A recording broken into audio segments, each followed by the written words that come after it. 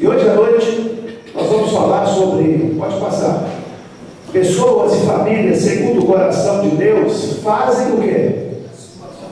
A sua vontade. A vontade que é de Deus. Pessoas e famílias segundo o coração de Deus fazem a vontade de Deus. Ali nós temos duas placas, a minha vontade apontando para um lado e a vontade de Deus apontando para o outro lado. Às vezes a gente se encontra exatamente assim, o nosso coração pedindo para ir para cá e Deus mandando para a gente ir para lá, e a gente fica numa encruzilhada. E hoje nós vamos aprender que uma família segundo o coração de Deus, ela faz a vontade de Deus. A pessoa segundo o coração de Deus faz aquilo que Deus determina na sua palavra. Então, o texto, pode colocar o texto para a nossa meditação hoje, Atos 13, 22, diz: e quando este foi retirado, levantou-lhes como rei a Davi, ao qual também deu testemunho e disse: achei a Davi, filho de Jessé, homem conforme o meu coração, que executará toda a minha vontade. Quero convidar os irmãos para nós lermos juntos. Vamos participar da pregação hoje? Então vamos ler bem forte, todos participando, para a gente colocar a palavra de Deus no nosso coração. Vamos lá? E quando este foi retirado, levantou-nos como rei a Davi, ao qual também deu testemunho e disse: achei a Davi, filho de Jessé, homem conforme o meu coração, que executará toda a minha vontade. Atos 13, 22. Achei a Davi, filho de Jessé, homem conforme o meu coração, e que executará toda a minha vontade. Homem, uma pessoa segundo o coração de Deus, uma família segundo o coração de Deus, faz a vontade de Deus. E hoje nós vamos aprender quais são as características da vontade de Deus. Pode passar para nós? E vamos ver então as características da vontade de Deus. Pode dar mais um clique aí, Nicolas. Vamos ler juntos Romanos 12 e 2. Vamos lá, esse do lado de cá, esse quadrinho escuro. E não sejam conformados com este mundo, mas sejam transformados pela renovação do vosso entendimento, para que experimenteis qual seja a boa, agradável e perfeita vontade de Deus. Romanos 12, 2. A vontade de Deus é como, irmãos? É boa, perfeita e agradável. Você acredita realmente nisso? Que a vontade de Deus é boa, perfeita e agradável? Às vezes nós acreditamos intelectualmente, mas não acreditamos no nosso coração. Às vezes nós achamos que a nossa receita, que a nossa forma de pensar é até melhor do que a de Deus. E quando estamos numa situação de decisão, faço isso, faço a minha vontade ou faço o que Deus está mandando? Muitas vezes optamos por fazer a nossa vontade. E nós optamos por fazer a nossa vontade porque, na verdade, nós não cremos plenamente que a vontade de Deus é a melhor para nós. Nós achamos que a nossa é a melhor. Isso eu estou falando porque todos nós, quando confrontados com o que Deus diz, a gente acaba ficando em dúvida. Será que é o melhor mesmo? Será que isso vai ser o melhor para a minha vida?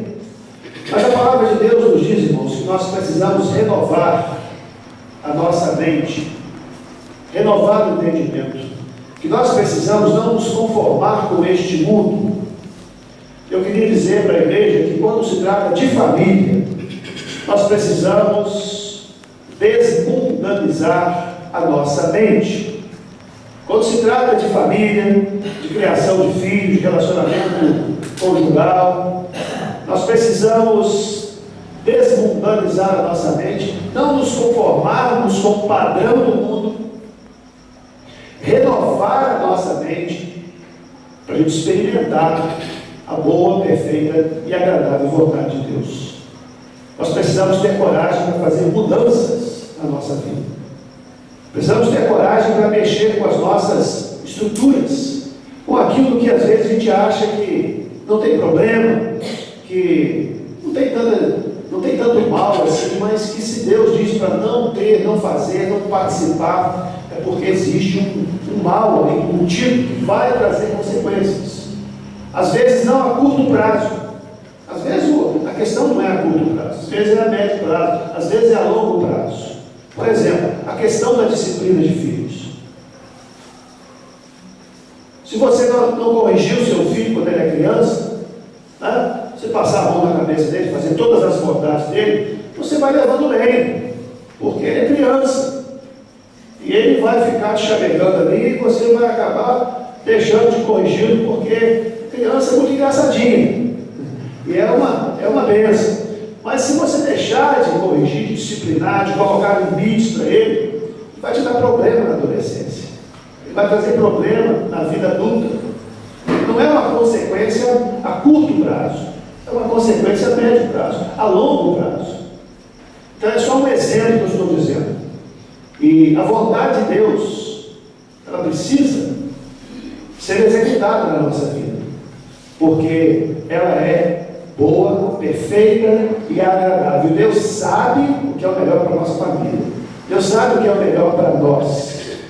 Então, hoje nós vamos ver sobre isso. Vamos dar mais um passo à frente e nós vamos ver 3 tipos de vontade de Deus. Em primeiro lugar, é a vontade suprema. Vamos abrir em Mateus capítulo 10, versículo 29. A vontade suprema de Deus, ou seja, nada acontece no mundo sem a autorização de Deus. Ou seja, Deus ele detém o controle de tudo. Deus é soberano. Alguém achou? Pode ler bem alto aí pra gente. Não se vendem 2 passarinhos por um centímetro. Nenhum deles cairá em terra sem a vontade de vosso Pai. Muito bem, irmãos. Na minha versão aqui, na versão que estou usando, diz que não se vendem 2 pardais por uma moedinha de bola. Quem gosta de passarinho, levanta a mão. Quem gosta de prender passarinho, levanta a mão. Não pode levantar a mão, não. Quanto custa um pardal aqui no nosso? Qual o valor do pardal? Zé, quanto custa? Não sabe o preço? Vai caro. E se colocar vender por R$1, será que vai ter cliente? Não tem.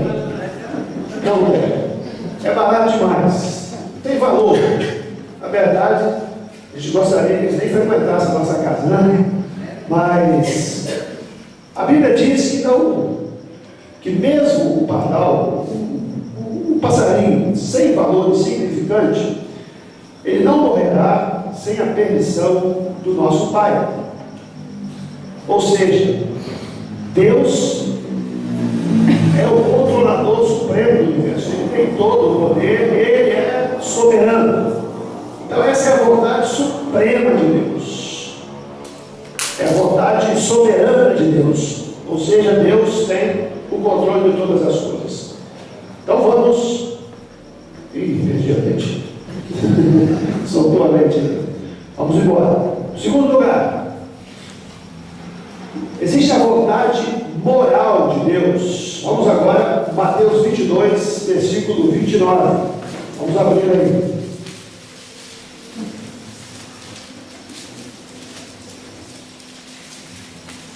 Quem achar pode ler bem alto para nós ouvirmos.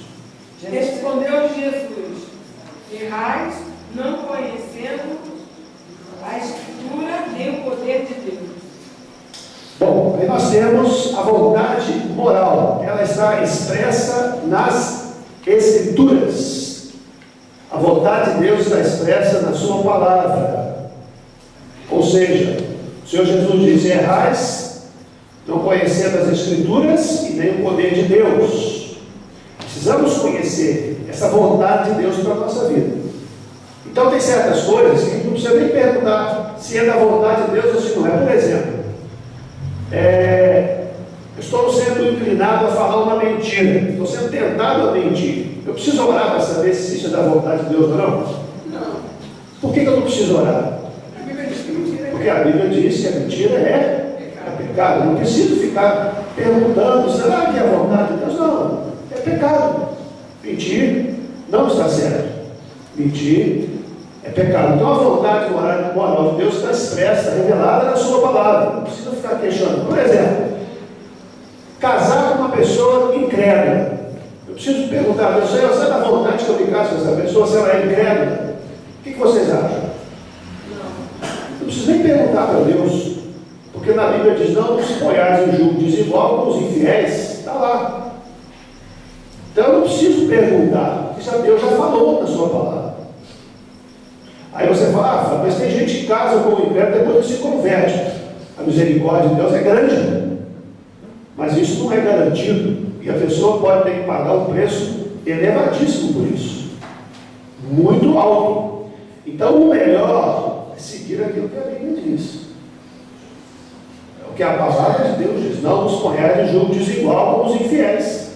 O julgo desigual vai trazer problema para a sua vida.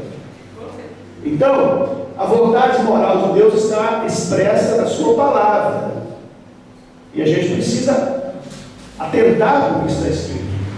Porque, como eu disse, se não trouxer problema a curto prazo, pode trazer a médio prazo, pode trazer a longo prazo, pode trazer para a vida inteira. Você não seguir aquilo que a palavra de Deus diz. Sério isso? Terceiro lugar, existe a vontade individual. Salmo 27, versículo 11. Vou pedir alguém para ler bem alto também para nós ouvirmos.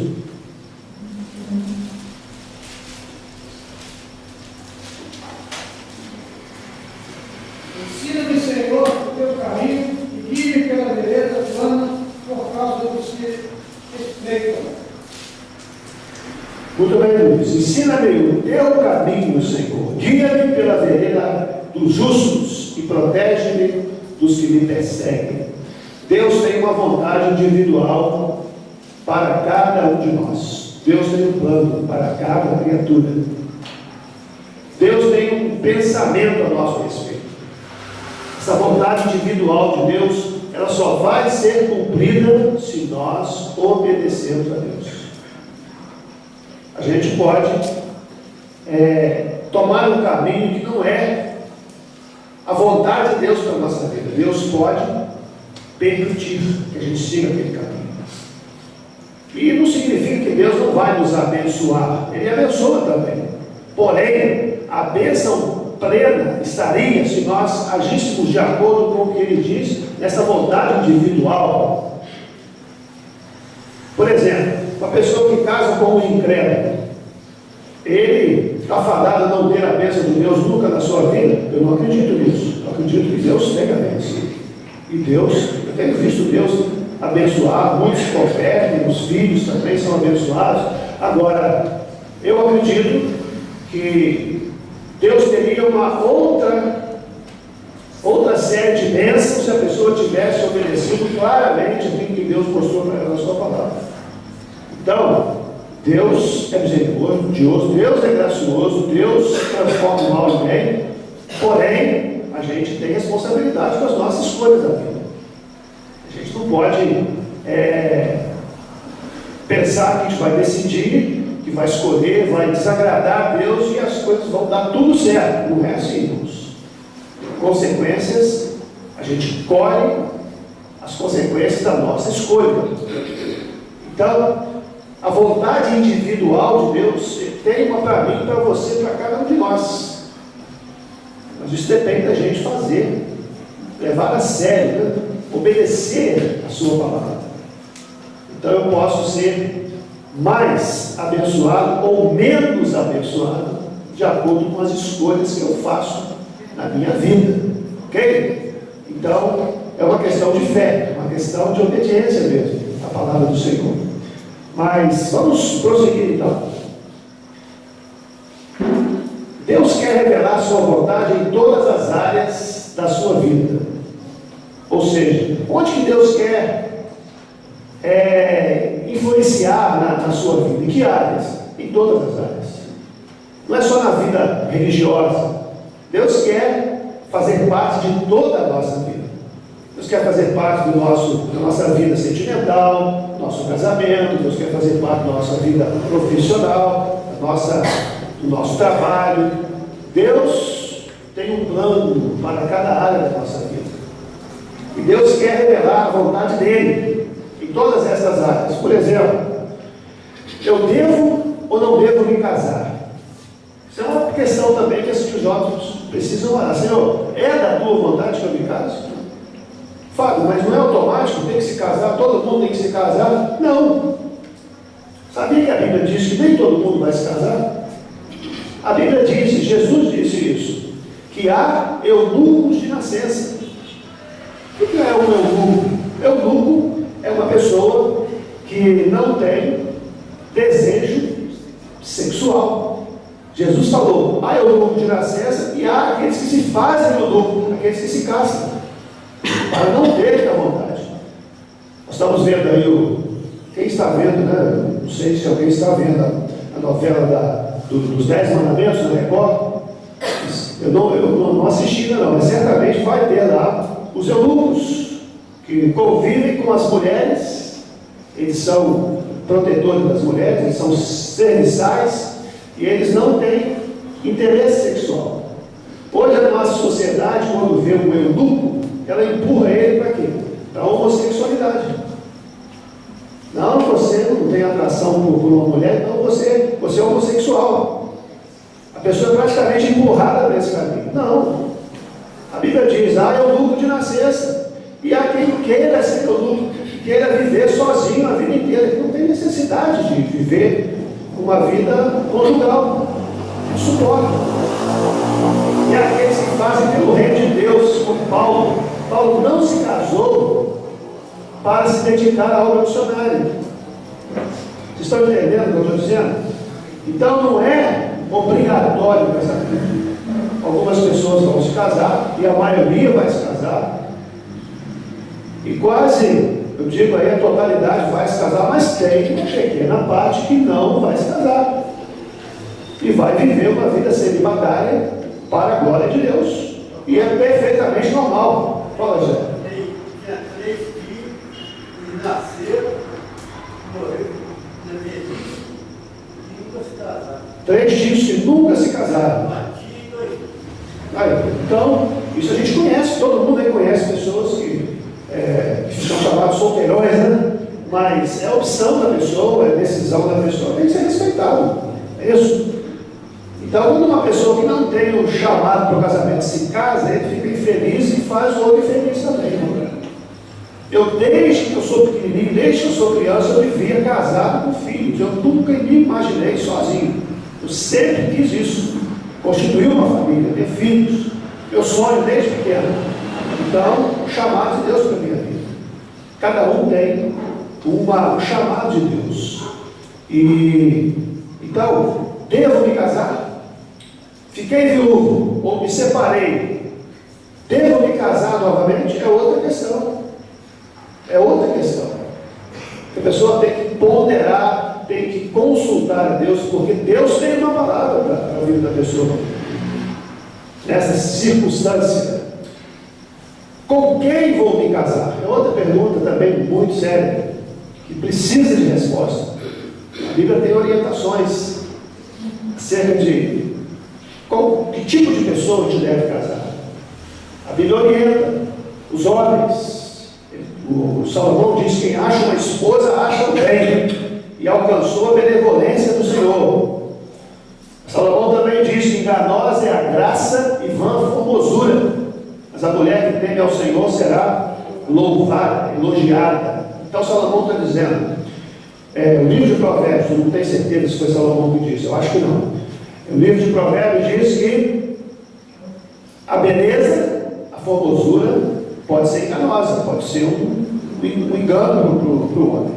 Mas a mulher que teme a Deus será louvada, será elogiada. Então, Não devemos considerar apenas o que é exterior, a capa de fora. Precisamos considerar a pessoa como um todo, por dentro e por fora também, né? É lógico. Mas com quem vou me casar? Deus tem o pensamento a esse respeito. Deus tem um plano para a sua vida a esse respeito também. Devo aceitar a proposta do novo emprego que me apareceu? E esse emprego que apareceu, será que é da vontade de Deus? Será que é o melhor para a minha vida? Será que eu largo isso e passo para aquele? São questões que às vezes deixam a gente até sem dormir, né? Será que eu aceito essa oferta? Será que eu mudo? Será que eu dou essa mudança radical na minha vida? Será que eu devo mudar de cidade? Será que eu devo sair de novo? Tem pessoas que a gente conta assunto, ele já está morando em outra cidade. Ele já aconteceu uma coisinha aqui, ele já acha que ele tem que sair. Ele não ora, não pede direção de Deus. Eu fico preocupado com essas coisas. Não é assim. Vamos mudar. Tem muita coisa em jogo. Tem muita coisa em jogo. Tem gente que sai da cidade do interior, vai para uma cidade grande, sem nenhum preparo, sem nenhuma estrutura, e vê a família se perder completamente. E aí chora amargamente, como foi Elimelec e Noemi, que foram para Moabe, e lá morreram os filhos, morreram Elimelec, foi uma tristeza. Mas Deus consertou o negócio, que Ruth voltou e foi uma bênção, né? Mas quanto sofrimento aquela família passou por uma decisão equivocada, porque estava passando dificuldade aqui, já foi logo mudando. Então tem que ponderar, tem que pensar, Deus existe, Deus tem um plano para a minha vida, Ele sabe o que é o melhor para mim, a gente precisa confiar nisso, precisa acreditar nisso. Devo ou não devo comprar aquela casa, comprar aquele carro, comprar aquele apartamento? Faço esse negócio ou não faço? Que médico eu devo procurar para me tratar? Que cidade eu devo escolher para passar as minhas férias? Que praia que eu vou esse ano, né? Quem pode, né? Devo participar daquele congresso? O que eu devo fazer no próximo feriado? Viajo ou não viajo? O que eu faço com o meu 13º salário? Uma série de coisas, uma série de situações que precisam ser tomadas decisões. E aí nós podemos orar, e nós devemos orar, e devemos procurar entender a vontade de Deus para a nossa vida. Agora, como descobrir e viver sob a vontade de Deus? Essa é a grande questão. Pode passar. Como nós vamos descobrir isso? E como viver sob ou debaixo da vontade de Deus? Essa é a maior dificuldade que a gente sente. É ou não é a vontade de Deus? Porque tem coisas que são claras na Bíblia. Por exemplo, como nós citamos aqui, né? Entre mentir ou não mentir, entre roubar ou não roubar, está claro.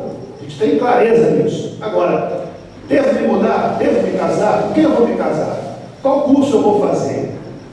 São questões que não estão explícitas, a gente não tem uma resposta taxativa, a gente precisa de fazer algumas coisas para entender a vontade de Deus. Buscar isso. Então vamos passar para frente, vamos ver alguns passos que nós precisamos tomar para descobrir a vontade de Deus. O primeiro e o mais importante é viva em comunhão com Deus. Viva em comunhão com Deus. Vamos ver esse texto de Gênesis 18, 17 e 19.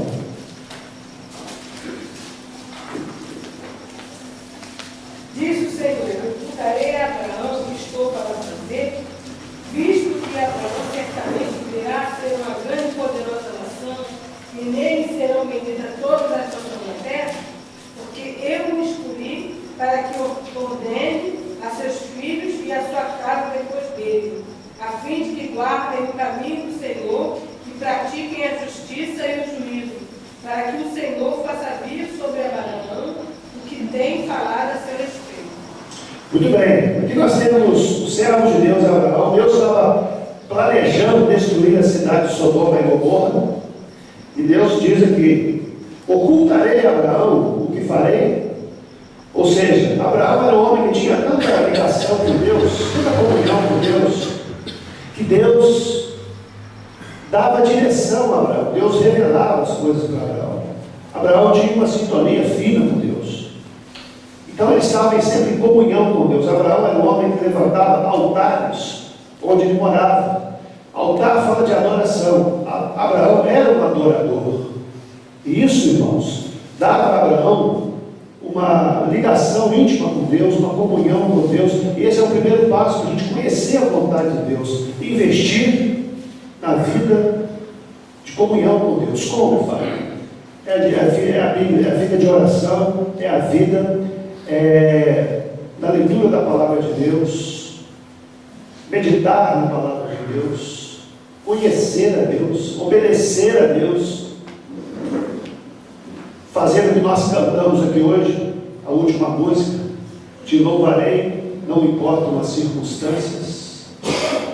É fácil louvar quando tudo vai bem, mas Deus quer ver a nossa fé é quando nós passamos dificuldades e ainda continuamos louvando. Abraão, Deus pediu que ele sacrificasse o seu único filho, o Isaac, e ele obedeceu a Deus. Deus não deixou que fizesse, porque Deus não iria permitir, mas Abraão fez até o fim.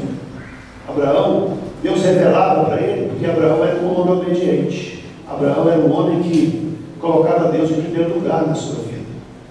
Como é que a gente descobre a vontade de Deus? Vivendo em comunhão com Deus, levando Deus a sério, obedecendo a Deus, adorando a Deus constantemente.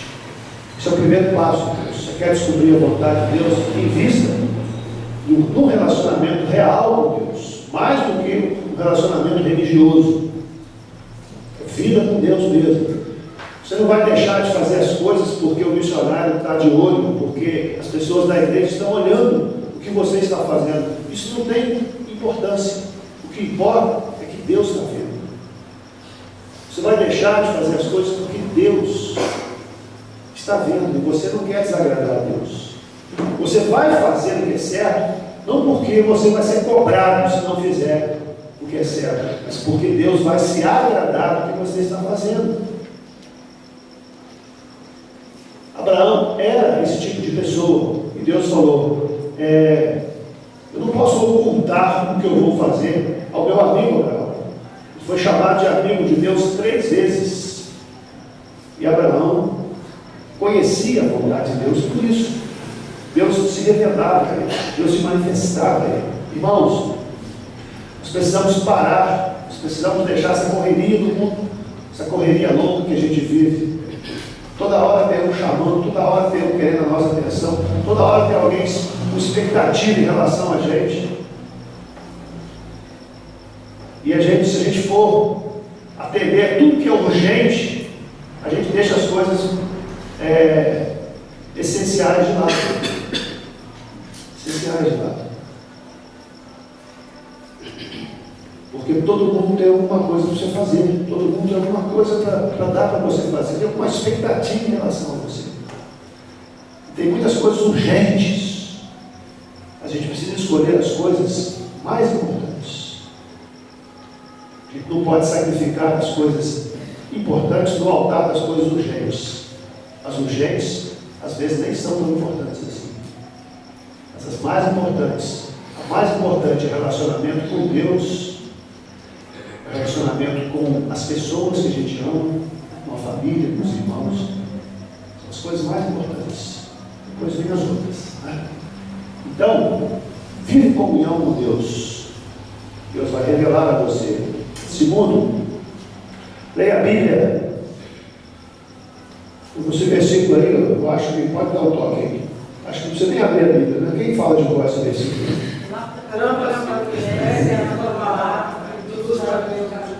Lâmpada para os meus pés é a tua palavra e luz para o meu caminho. Para que serve uma lâmpada? Para que serve uma luz?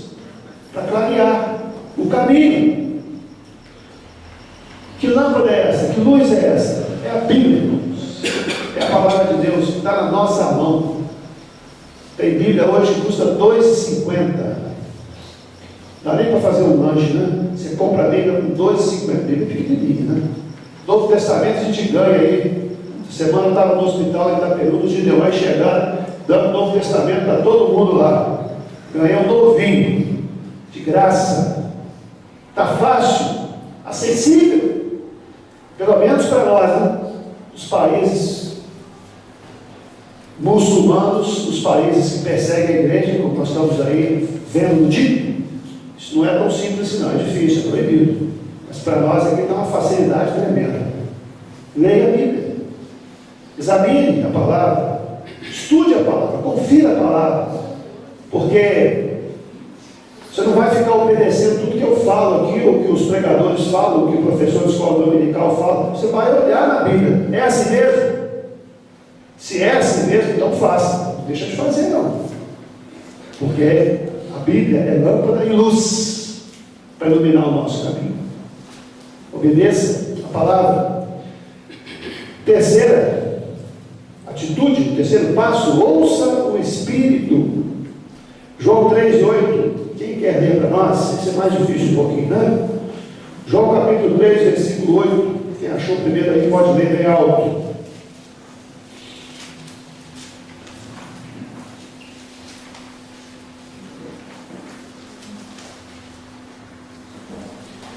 Ninguém achou ainda não? O vento sopra onde quer e ouve o seu som, mas não sabe de onde ele vem, nem para onde vai.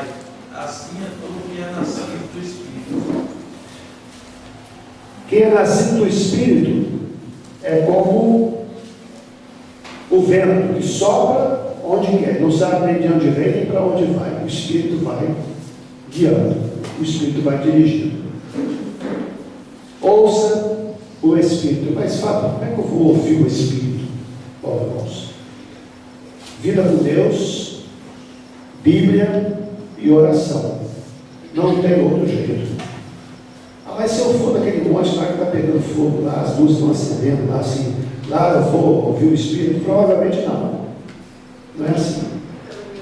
Provavelmente não. Você vai se decepcionar. Muita coisa você vai ouvir lá. Não estou dizendo que Deus não fala lá, não. Estou falando provavelmente não. Porque as pessoas têm mania de santificar lugares. Deus não está preso a lugares. Deus fala aqui, Deus fala no monte, Deus fala na sua casa, com você, fazendo a sua leitura devocional. Quietinho lá. Não tem um lugar santo. Lugar santo é onde Deus está. Amém. Pode ser no quintal da sua casa, debaixo da árvore da sua casa, na beira de um rio, sozinho, e Deus vem e fala. Você ouve a voz do Espírito. Fica correndo atrás de grandes coisas, não, porque tem muita gente esperta que se aproveita disso e começa a enganar as pessoas. Infelizmente. Mas procura ouvir a Deus, ouvir o Espírito Santo falar no seu coração. E Deus fala, irmãos. Deus mostra, Deus revela. Então esse é o terceiro passo, mas tem um quadro muito importante também. Pode passar. Esteja atento às vozes de Deus através dos amigos, dos pais, dos irmãos da igreja e de mensagens. Ou seja, ouça o que aqueles que estão próximos a você, que têm vida com Deus, que têm experiência com Deus. Pode colocar o texto. Provérbios 11, 14. Vou pedir alguém para ler para nós aí. Essas pessoas também podem ser a boca de Deus para a sua vida. Podem ser a voz de Deus para a sua vida. Quem achou pode ler. Provérbios 11, versículo 14. Não havendo direção, cai o povo, mas na multidão de conselheiros há segurança. Na multidão de conselheiros há o quê? Segurança. Olha o que a Bíblia está dizendo. Está todo mundo te avisando, cuidado com esse caminho. Não entra por essa estrada. Não vai por aqui. Mas aí você diz, não, mas eu tenho que ter a minha experiência, eu tenho que experimentar isso. Sabe o que você é? Se você age assim, é um tolo, é nécio. Porque eu não preciso ter todas as experiências da vida, eu não preciso passar por todas as experiências. Tem muita coisa que O meu pai passou e falou para mim: Fábio, não passa por aqui não, não vai dar certo, não pode passar por cá. Eu já evito um monte de sofrimento só nisso. Mas a pessoa fala: não, a vida é minha, eu tenho que ter as minhas próprias experiências. É muito sábio a gente aprender com a experiência, mas mais sábio ainda é a gente aprender com a experiência dos outros. Você está vendo a pessoa quebrar a cara no lugar e você fala: eu também tenho que passar por Deus, eu tenho que ter a minha. Mas por quê? A Bíblia foi escrita exatamente para isso, né? Você tem pais, você tem irmãos, você tem pastores que têm experiência e que podem te ajudar. Jovem, não seja insensato, não seja cabeça dura.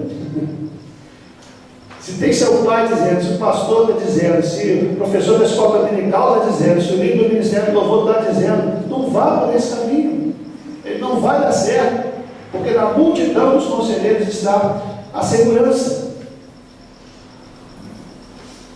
Aí a pessoa fala: não, mas eu tenho que fazer, eu tenho que ter experiência, eu tenho que passar por isso, eu tenho que sentir na pele. Bom, provavelmente você vai sentir mesmo, né? Mas tem coisas da vida que não tem como voltar atrás, não. Pois que era, não tem como voltar atrás. Então esteja atento, porque Deus fala também através das pessoas. Deus fala através de uma pregação. Você está ali, o pregador está falando, você fala: mas como é que ele sabe o meu problema? Ele não sabe, mas o Espírito Santo sabe, usa a vida dele para falar com você. Então fica ligado, fica ligado. Deus usa pessoas, irmãos.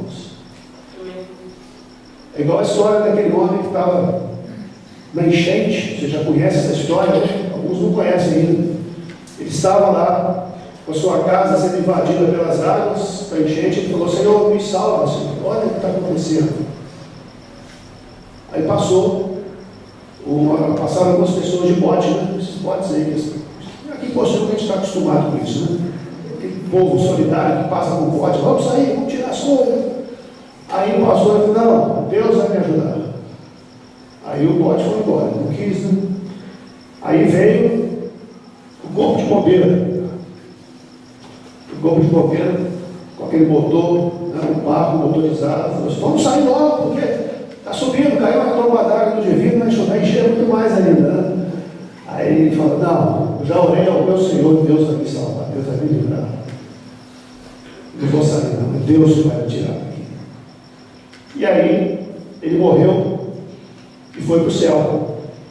E chegando no céu, ele foi perguntar a Deus: mas Deus, por que o Senhor não ouviu a minha oração? O Senhor não me salvou? O Senhor não me tirou daquele lugar perigoso?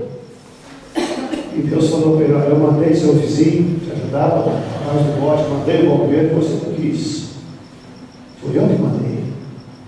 Então, as pessoas que estão perto de você, que te amam, que têm vida com Deus, estão falando para você, procure ouvir, procure dar atenção, porque é a voz de Deus. Seu pai está falando com você, sua mãe está falando com você. Se ligue. Se ligue. Se você está entendendo pela palavra de Deus que aquele caminho não é melhor, acorde enquanto é tempo. Deus te ama, Deus tem um plano para a sua vida. Não insista. Pessoa de família segundo o coração de Deus faz a vontade de Deus, obedece a vontade de Deus. Então esteja atento.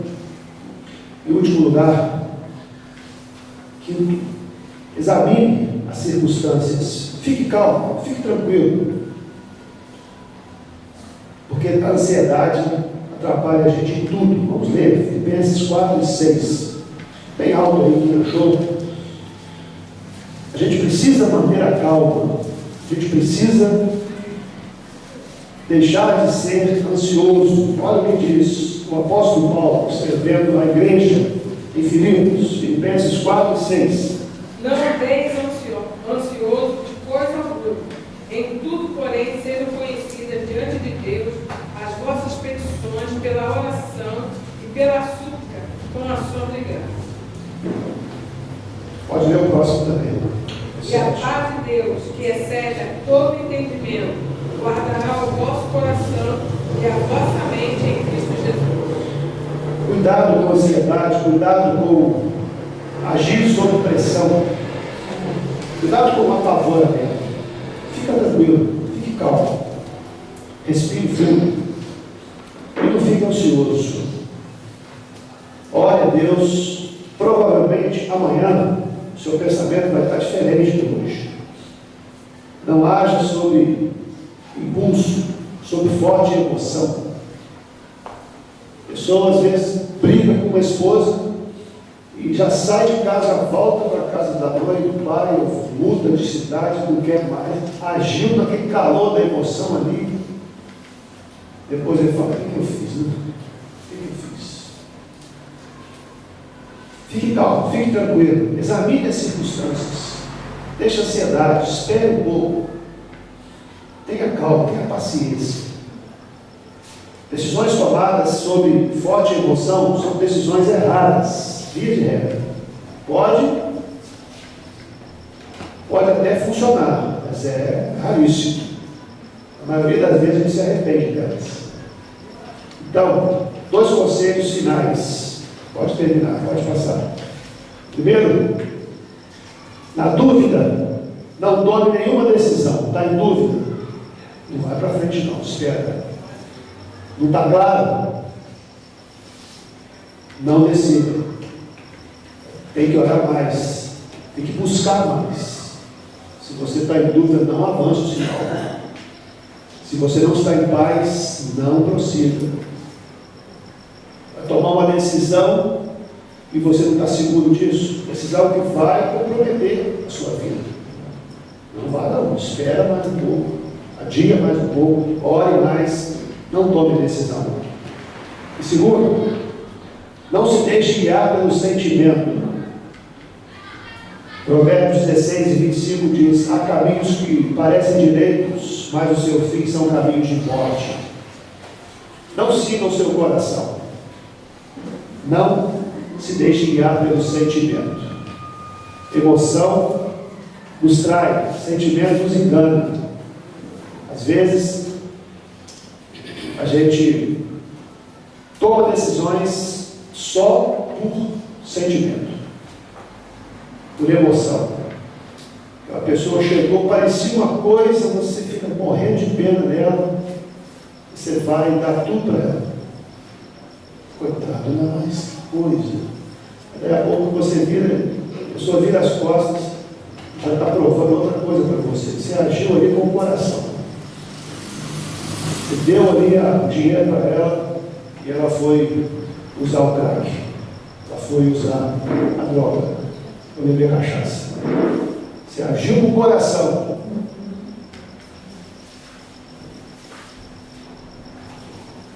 Não se deixe guiar pelo sentimento. Tem gente que casa só por sentimento, só por paixão. Ah, mas eu fico guiado quando eu vejo ele, quando eu vejo ela. É um frio na barriga. Não é assim. A gente tem que ser razoável, tem que usar a razão, tem que duvidar dos nossos sentimentos. Precisamos agir com clareza. Precisamos deixar-nos guiar pela palavra de Deus, não pelo nosso coração, pelas nossas emoções. E na dúvida, não siga adiante, espere. Família, segundo o coração de Deus, faz a vontade de Deus. Uma pessoa, segundo o coração de Deus, faz o que Deus manda, obedece a Deus. E a vontade de Deus é boa, perfeita e agradável. Deus tem o melhor para você, o melhor para a sua família. Deus tem um caminho para a sua família. Tenha paciência. Não estou dizendo que é o mais fácil, não é isso. A vontade de Deus é agradável, não estou dizendo que ela é fácil.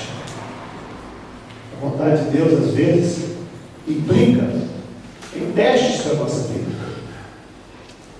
Às vezes, a gente tem que louvar a Deus como cantamos aqui hoje, não importa as circunstâncias. Pô, Senhor, te adorando, tá, a situação está pesada lá em casa. Está difícil, Estou sofrendo, Senhor. Às vezes, irmãos, a gente idealiza a família, achando que a família do fulano é uma família, aquela que é uma família boa, aquela que é uma família abençoada. Eu tenho problemas aqui na minha casa, com o meu marido, com a minha esposa, com o meu filho. A gente fica idealizando as coisas assim, achando que na casa do outro é perfeito. Mas não é, não. Não existe família perfeita. Não existe casamento perfeito.